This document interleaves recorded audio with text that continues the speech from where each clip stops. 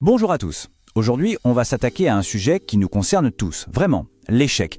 Et surtout, comment on peut le maîtriser, le transformer pour réussir.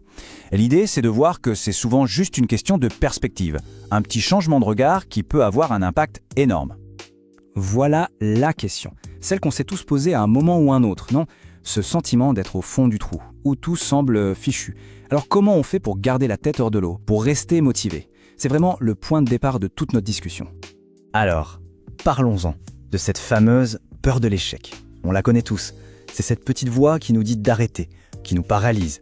C'est une force, c'est clair. Mais, et c'est là que ça devient intéressant, c'est exactement l'obstacle que les gens qui réussissent ont appris à dompter. Et là, on tombe sur un paradoxe qui peut sembler complètement fou au premier abord. On nous apprend depuis tout petit à éviter l'échec, à tout prix. Et pourtant, regardez bien, les personnes qui connaissent le plus grand succès sont souvent celles qui ont accumulé le plus d'échecs. C'est pas l'un ou l'autre, non, les deux vont ensemble. L'échec, ce n'est pas un bug dans le système, c'est une fonctionnalité. Ça fait partie du jeu. Du coup, on voit où ça nous mène. La solution, ce n'est pas de devenir infaillible, ça n'existe pas. La vraie clé, c'est de changer notre regard. De faire une sorte de mise à jour de notre logiciel mental sur ce que veut dire échouer. En gros, il y a deux écoles.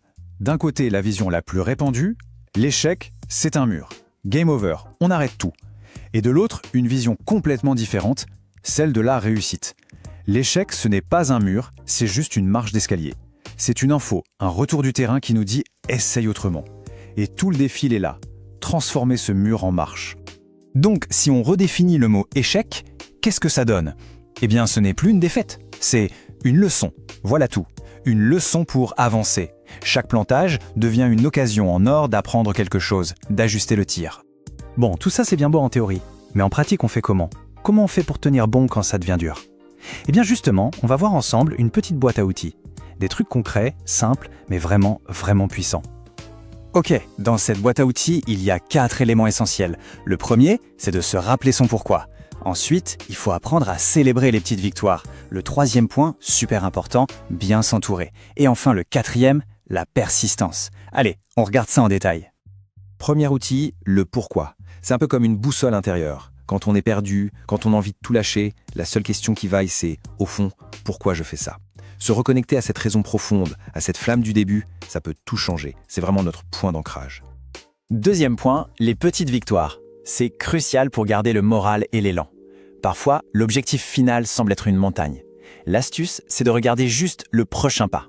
Chaque petite avancée, même minuscule, est une victoire en soi. Il faut apprendre à les voir et à s'en féliciter. C'est ça qui donne le carburant pour continuer. Troisième outil, le soutien.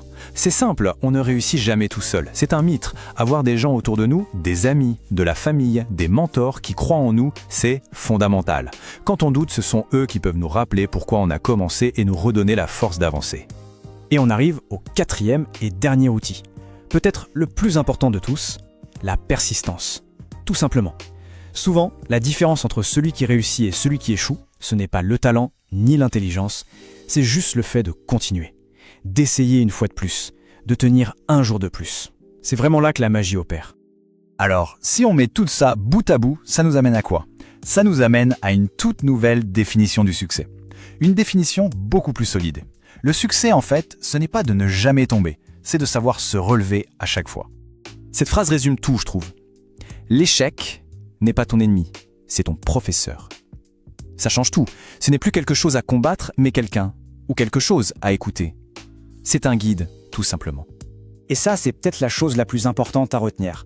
Tant que tu n'abandonnes pas, tu n'as pas vraiment échoué. Le seul vrai échec, le seul chaos définitif, c'est de jeter l'éponge. Tant qu'on est dans le match, tant qu'on continue d'essayer, la défaite n'est pas une option. Et je vais vous laisser avec cette question, pour la route. La prochaine fois qu'un obstacle se présentera, qu'un projet capotera, au lieu de le craindre, essayons de nous poser la question « Et si c'était exactement ça, la leçon dont on avait besoin pour passer à l'étape suivante ?» Pensez-y.